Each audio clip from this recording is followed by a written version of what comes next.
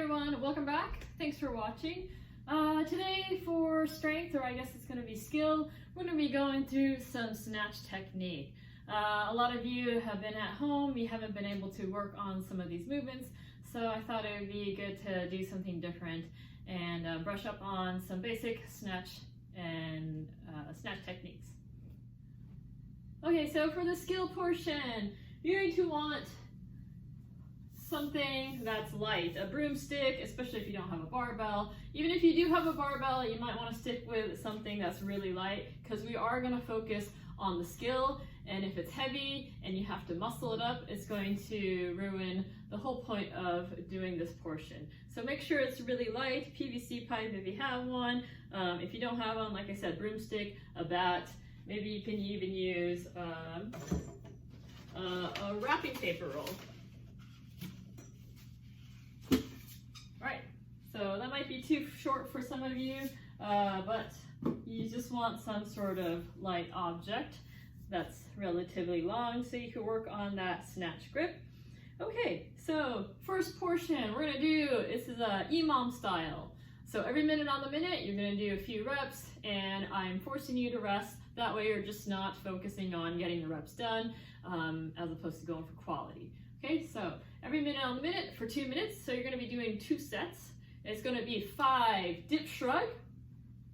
So you got your snatch grip. It should be wide. It should hit right across maybe the top of your hip bones. If you were to push onto your hips, there's a bony part that sticks out. That bar should hit across there. You're going to straighten your arms. So we're looking at about that grip. And then set your feet under your hips. And you're just going to dip and shrug 5 times. Now don't just dip shrug 5 times and think you're getting a workout. This isn't about getting a workout. We're working on skill. So I want you to plant those feet under those hips, stand tall. I want to see active shoulders. Notice how when I let go of my hands, that bar doesn't fall down because I'm actually pulling that bar in. That's what you want to be doing with shoulders. Don't just grip there and then go up and down. All right, so grip that bar, active shoulders, chest is out, and then you're going to dip down by letting your knees uncork. Notice how it's not just a bend of the knees. My knees don't shoot forward, they go outward because I'm rotating at the hips. I want to be using my glutes. So rotate at those hips, and then you're going to squeeze and drive straight up. All right, so you can do that 5 times, straight down and up. It's not just down, up, down, up, down. All right, work on each movement being correct. So take a second to rest, see what you could do better. Go down, go straight up. Did you fall forward? Did you just let your knees come forward? Did your chest come forward? So work on all those things throughout those 5 reps. Try to make each one better or really good. And then after 5, you're gonna rest a little bit until that next minute, and you're gonna repeat the same thing. Try and make each one perfect. All right, so that EMOM style should force you to rest a little bit, think about what you could do better, and improve on that next round. Okay, so the next portion, we're gonna add a step. We're gonna go down to the top of the knees, also known as a hang position. So this one, every minute on the minute for 3 sets, 3 minutes, okay? We're doing a little bit more. You're going to dip down, do that same dip that you just did, straight down, knees outward, not forward, and then you're going to start hinging back. So push those hips back. My knees are still slightly bent, and then you're going to stop at the top of the kneecaps, and you're going to go opposite as hinging back. You're going to hinge forward, and my chest is vertical, and I'm going to come straight up. All right, so all we did was add a hinge, back and forth. And what I want you to do is each time you set up to that top of the knee position, you're going to check to see that the knees are behind the bar. If I keep bending my knees stay in front of the bar, and I'm not going to be in a correct position. So I want to push those knees back, hinge back, load those glutes and hamstrings, and I want to use that load, that tension, to pull back and explode up. So 5 reps here. Again, taking some time. Don't just go back and forth, back and forth. It's not a workout. You're working on your technique. All right, the last position is going to be from the ground, the floor. So this is your setup position. From the knees, you're going to drop all the way down, let your butt drop. I'm still pushing my knees out. My shoulders are just slightly over the bar, and then that barbell should be about mid-shin. So that's what you want to check for every time you set up for these 3 snatch deadlifts. So you're going from the floor, going all the way to stands. Set up, butt low, chest high, knees are out. I push back as I stand up, boom, hang position. Knees are behind the bar, I pull back, I'm in that dip position, and my chest is vertical, my knees are rotated out, my glutes and hamstrings are loaded, and then I explode, shrug. So I made little less reps because that motion is a lot bigger. There's going to be a lot more mistakes that you're going to be able to make because there's more movement involved. So we're doing less and we're trying to incorporate everything that we learned and put it into this movement. And finally, we have every 90 seconds, so a little bit more time, 30 extra seconds, you're gonna go through 3 sets of a snatch high pull. So we're not just going to go into a shrug position, we're gonna follow that through into a high pull. Notice how that bar stays close to my torso. I'm not letting it fly outward. I'm keeping those elbows high and back so that the bar, the broomstick, is staying close to my torso. I'm going to incorporate everything I just learned, all those reps that I've tried to work on perfecting, and do this movement. We're gonna go 3 snatch high pull. And again, I just don't go up and down trying to rep these out, getting a good workout. This isn't about a workout. So, all right, what did I do wrong? What can I do better on the next one? I'm gonna think about it and then execute. That one went pretty well. Let's see if I could try it again. What did I do well? What can I improve on? We're gonna finish off with a muscle snatch, extending, punching all the way up, getting that all the way over the head. So in total, you're gonna have 4 reps. I want you to work on good technique. So you have 90 seconds to do those 4 reps and try to make them good. So again, the takeaway here is this part isn't a workout. This part isn't meant to just do reps and flop that broomstick or PVC or barbell up and down. I want you to take time with each rep to try to make it look good, make it feel good, and then at that last segment, add it all in and execute and try to incorporate everything that you learned. Moving on to the Metcon. This is also a Metcon, but it's more so of a strength building form. Okay, so first movement, bent over rows and bicep curls. If you have 2 dumbbells, you're going to use those 2 dumbbells,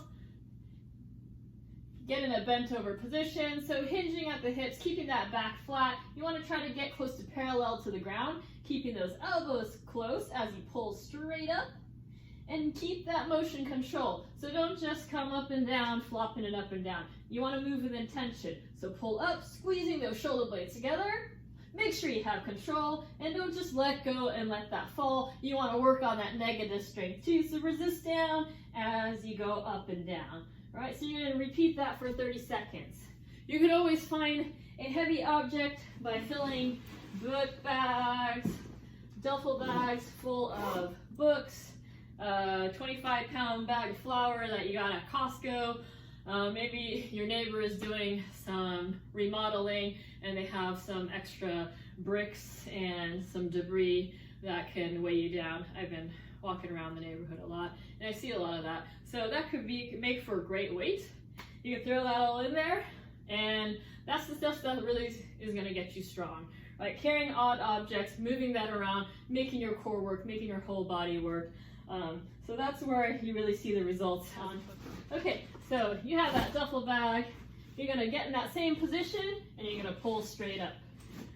You could always stand on books or something to elevate yourself if your object is going to hit the ground. You could go for single arm, 15 seconds each, or if it's heavy, you could just hold that dumbbell and use both arms.